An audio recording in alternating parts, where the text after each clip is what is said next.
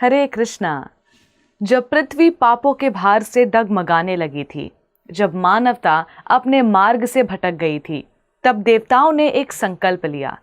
एक ऐसी धारा पृथ्वी पर उतरेगी जो केवल जल नहीं, मोक्ष का स्रोत होगी। तब ब्रह्मा जी के कमंडल से निकली दिव्य जलधारा शिव जी के जटाओं में समाई और फिर हिमालय से लेकर सागर तक पवित्र गंगा मां के रूप में प्रवाहित हुई। गंगा केवल एक नदी नहीं, वो एक चेतना है।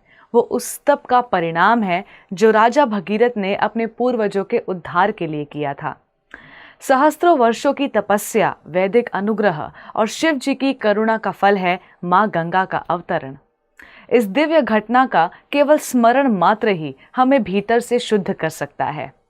गंगा पूजन इसलिए एक साधारण कर्मकांड नहीं, यह हमारी आत्मा का परिशोधन है। जब भक्तगण दीप जलाकर मां की आरती करते हैं, जब स्वच्छ जल से उनका अभिषेक करते हैं, जब पुष्प अर्पित करते हैं, तब वो मात्र भावनात्मक जुड़ाव नहीं, वो एक आत्मसमर्पण होता है, एक सरेंडर होता है। एक ऐसा क्षण होता है जब भक्त और भगवान के बीच कोई दूरी नहीं रहती।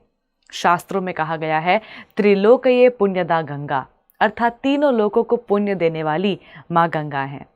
स्कंद पुराण, पद्म पुराण, श्रीमद् भागवतम, ये सभी शास्त्र गंगा की महिमा से आलोकित हैं। उनके जल का स्पर्श तक जीव के सारे पापों को हर सकता है। ये विष्णु पदी हैं, भगवान विष्णु के चरणों से अवतरित और शिव जी की जटाओं में समाहित। क्या कोई कल्पना कर सकता है कि ऐसी पवित्र धारा पृथ्वी पर सहज रूप से उपलब्ध है? परंतु आज की विडंबना ये है कि वही गंगा जो धर्म की धार थी, अब धीरे धीरे त्रासदी बनती जा रही हैं। उनके पावन जल में प्रदूषण का विष घुल चुका है। नगरों की गंदगी, उद्योगों का अपशिष्ट और मानव की लापरवाही ने मां गंगा को कराहने पर मजबूर कर दिया है।